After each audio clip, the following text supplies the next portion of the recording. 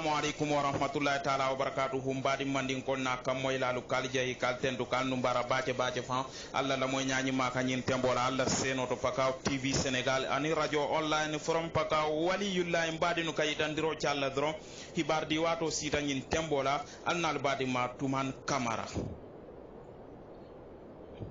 mbadi no be yitandiro cialla dron hibaro konto mbe folo lale mun to wotom paka banko kanti komin dalta ka ceno ale nyami ali alon ko pakaw banko kanyi wati be mume ibe min ko kumbo kan wala min te min keta seneranti min keta tracteur la fannate mbad ni wati ba kumbo kan bare nata na hibar ko soto tracteur ni na fanna la sejo sansan kol mo kono mbad ni binale jeto ako ni ko yana bal fawal hibaro fulanjan doron mbeddu nale damindo wala minti ko mi yalon ko accata Gambia banko kan ali yalon ko association no bijele mi yalon ko e dol safa ko association abijele dol safa ko kafo abijele mi yalon ko ibelorin wulo la fannala tiñar kool min yalon ko ibe wulo kono iba ko banno la nyaadile anim fane ba cele la nyaadile ka wulo se symbole inshallah abe nyaaton ko do cilin kono mi yalon ko ka fay ko pajanko inshallah nga soto kacha kono e ay hibaro do dina woto la fannala al yalon ko ka fo nyin abulo janjanta baaje mo bari mbinala la jeto hibaro fulanjata hibaro sabanjam bidalale mun tolo wotom Senegal banko fankanti ali yalon ko muso bi jele mi yalon ko iya fale e ni lokum be mume wala diamo be ceri mbinala le jeto nyaato do monni bari min yalon ka ceta ceba fatiti wala bina banko la hibaro be dila na sinya cili momo be linyo to nyun tembola al situ jeto ali yalla sirante kundi tek mbina murula na le na kana lampo malale dibola nyin kamala mol si jeno janni mbe hibaro ko commencé la le dro mbe ni kuma kan futan lan ma ko kay tandide mi yalon ka ceta Gambia wol news ti yakuba sise wol fanal ka futan fele hibaro ni janjando ka mandin ka dutundo be mumeka mi yalon ko aceta borote mimbe pakaw banko kam pakaw bani ni mi yalon ko yedde to ku soto ila futubun kono anim fana ya jahal kolen soto ila futubun kono doron isinyi numero ma mi yalon ko aceta sirim falu drameti ibe boro soto labul mi yalon ko be mako ila bace fa andum fana ite ni misala boro nyina koro 77 553 52 21 bar ni mi lafta dindim fen fana la isi borbaso yeta sumbunu sate kono mi yalon ko aceta ceba bulu camarade iba asotola dindin fin sifa 78 193 83 78 193 83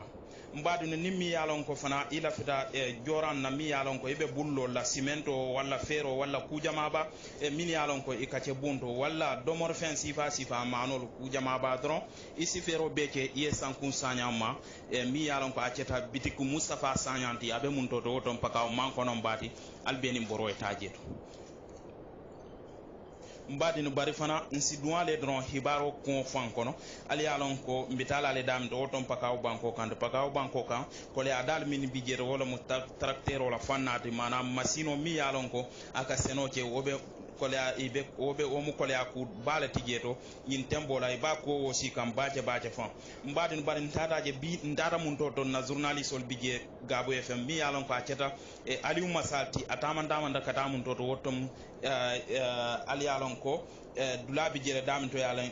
lon e ka fo je ko papsen agriculture la dinkiralo mi yalon ko e ka machine lon dige ni machine yalon ko abonna Senegal banko kay isa lon dige to mi yalon ka ceta senola fannala walla turo la fannala isa lon dige to janni badila atiyol la walla nin demande kul bi jeto janni o mariol ba a demande la mbade no dataje nyin tembol machine be faari jere tep min yalon ko itata fo ye sanji fulani fembo jeto fo itata ladol commencer ka komo ima di mola wolbe jurumurin je wonya machine dolbi je wolka senole ke machine dolbi je to wolka firole ke machine dolbi je to wolka turole ke asifa mbade ni be faari mun to wotom sejo sansan kolo mo konoti nyin tembola mi yalon kayo hibaro dinna wala mu aliou masaliti mbade no mbitala le mun toto nimboto mbitala le daminto wolto mu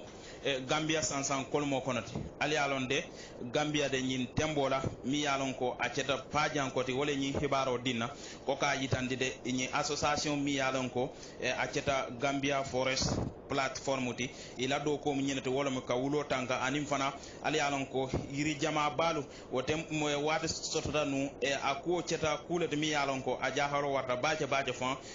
business manol mi alon ko ka yirol kondir ke bondi kasama sansan kolmo kono ke dundi Gambia kono itol ceta molete mi alon ko ilota ko la baje fon pour womu kulete mi alon ko ka yirol ñunu ke wafi sinwa lema andu yiru ju kilin ka kodo min soto jeto do jasita Gambia kodo 8 ans wala ay siawoti womu kulati mi yalon ko ate kela min yalon ko ko san wala mu sinwalti andum fana ka sambale ila bankolo kan womu kulati mi yalon ko ka bankolo murundi ko ma baje fan surtout min kera Casamance de anin Gambia ñun nem banko cilinti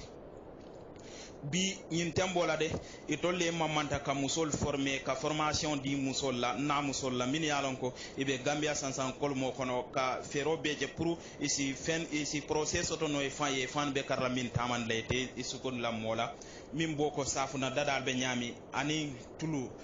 tulol be nyami muran tulolu ani min yalon ko iketa boisson ti pour que dada ke iminno anim fenjama ba kabalu ke elemande fenti mbadi nu nyin tembola ibe wol formation ka nyin tembola Gambia sansan kolmo kon nimbotale woto mbadi nu mbitala le mun toto wala mu Senegal banko kan ali yalon ko fondinke muso bi jelmi yalon ko ya fanu itata fay aw ko nata ke diam bat min keta police ti inata ko enquête ko ka yitandi de kulo mi yalon ko amanyinya iba ko enquête landum fana balon police nata na enquête roje ya ko bayndi fotata foya alon jimanyo le yafa bari mi yalon ko aba akonyin kono ye min tumi je wala min te ko morolo mi yalon ko malionom yo mu moro nyimmi yalon ko malion mu moro nyinti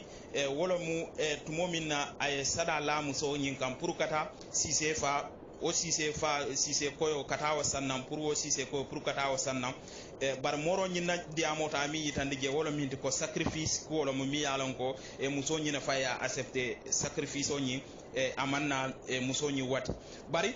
anyin soto la diamo kono ko ka yitande de biri tolbe bayndiro la ye yitandiro te ko nyim musomu musulati mi yalon ko mote kudo la no la mi yalon ko ate amanche siloti andum fana moroni ay kule ke musoni na fa ala sato sunta musoni na sato sunta o ko bari inata na continue fana ye moroni ibulo la da kan min keta police di ya muta itata soro bari yamuta ibala ko kiskiso la nyin tembola ndata je fana mi yalon ko aceta moro nyin nan bindanoti min ka moro nyin na dulali limpa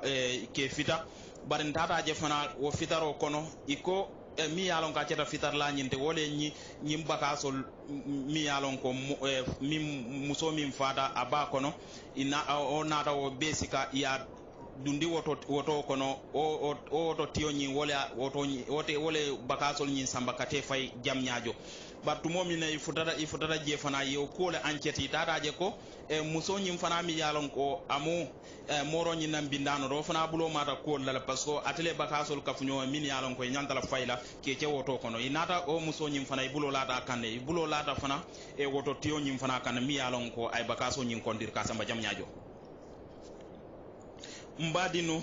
wodi amo kono de ale alon ko muso bama ako ceta bul kulete mi alon ko terentama ku baje parce que bide muso bama ni akata jiko mantra mo kan namanke muso nyinti bar ndata je fana min ceta journaliste oti tendendre kata muso nyinna kata ni muso nyinna mol feje min alon ko ani be do ko la ye muso nyi jayi baje fan ko ka yitande de musu kendolo mo andum fana musulo mi alon ko aka ajato le do ko ndi hanna ya tara cewoto mi yalon ko musolo mi yalon ko atomu lawbe njaylete lawbe njay ali yalon ko atem musulete mi yalon ko place sababa bulu min yalon ko wol be mu do kulalle ti ay minita pour nyin kamala aka piesol min yalon ko ake wafi min ketani woto joranta nin fen jama ba ake wafi woto bide womu musulete mi yalon ko anyom mansia mi yalon ko abelori wo sifa nyama andum fana ala entreprise o be kunje baje fan mi yalon ko abe daniro ci man sakundalo lo fanna wala mu gori jeyti gori jey ali yalon ko atem molot mi yalon ko andi muso nyin na kolbe nyokono baje fan hanna tara do kola fanna lay be nyokono baje fan ako luñ ci la ni muso ñi yalo ñimbe kacala ila kaca kono muso ñi ñine yitandala ko atabe dami dala fita ci millionnaire to parce que ala fita ala famille mol da handi aka ka ko ite mu millionnaire to parce que bi million be bulle andu millionnaire ya dun ka commencé million sabal million fulal da way selesant oto bi te ñantala kudol mirale ñantala fulante milliardaire to muso ñi nata ñine yitande ko de o ye min fo wala mun milliardaire o sambe wala ñine la mbe wala ñin la ñin tembol ako na e mirawo dia mol bela kumbo wala kabula kono parce que muso ñi a muso ñin be damin to ala famille o bi min keta afamati wala traité de la tarta do kula ba ma man tara do kula bi ila so kono e be jikiratel barana na continue fana ako muso ñim fana molo ma de mi yalon ko ay cordal ay terrain sans ay alo fa abe damin de sans finition da mal to radie pour terrain ñe ban muso ñin na sato timmata bi wo terrain ñim mi yalon ko abel muso ñim balo kan wo tiabo o ba tel bulo kono mbadinu hani bi doron nim futata jan moro mi yalon ko ay muso ñim fa wolo mu Amidou Sidibeti ferser o yalon ni ko ferser molle min yalon ko be internet o kono aka fam publicité je baje fan ñin ko sifa la min yalon ko internet o to dula be mumeto mbadino hanbi inshallah mbe ñene yitandi la tro nim bota jandro mbe continuer la le banko la hibaro kan min keta ke ba fatiti asi banko la hibaro dinna sansa alsim futulola ke ba fati bismillah badi man ko la naka mo laale badi on ka fala ko kibarato sita annal badi malamu radio online radio from pakawali la ke ba fati min dal wato ka info di alla ke kibaro di alla banko kono kibaro le bi fanam be kibaro di la mo ko la kibaro la min keta ñin courant ñin ti min ka bona ni Senegal banko kan radio online wol binaw kibaro be ke ba ke sawt la e badi no annal badi ma ke ba fati badi no be tentena kibaro fulo la minna min keta ñing sa ñin te ñing coronavirus o mi alan ko abe kiri wala mo ñing courant jo mi be badi no ni Senegal mu me be ani ñi dunia mo be batande kan hansa malum molbe lola bulo min kan dole pikiro ke hansa bari kuman soniano sa ñi hansa abina Senegal mol bulo falal bi ben tambe min kon bawo ni aji be ñina fanam fo docteur la kisitiro ko tata tare ko mol min alan ko il fata bi ben tambe min kono asiata baake fatina kaburo dol fon bije wole wol lafta ila baade dula lafta arrêté la ani min keta ñi morgol fananti wol fanal fatal tep min keta ñi mo freti ni aji be baade no ko ni sa sa ina ma sibo mi alan ko be mo kam par bi docteur ol fan natna na jibe ila taman kono ila kisitiro kono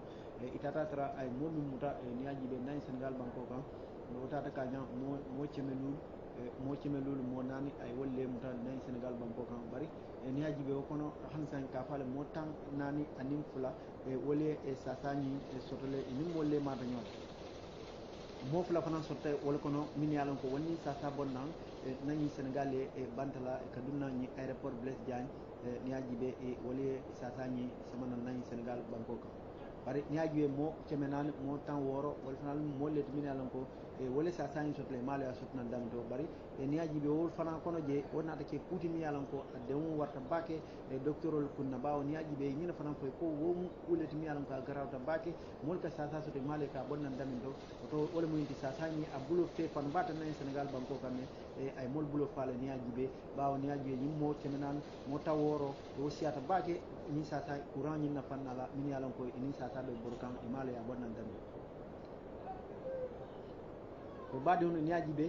bi bettentena kibaro kono han sen ka faale ko min keta ñi Sédio Fonkoti min keta ñi Dakar département di ñaaji ɓe Dakar département be mi alan ko ɓe abije bi mo département dol soto min alan ko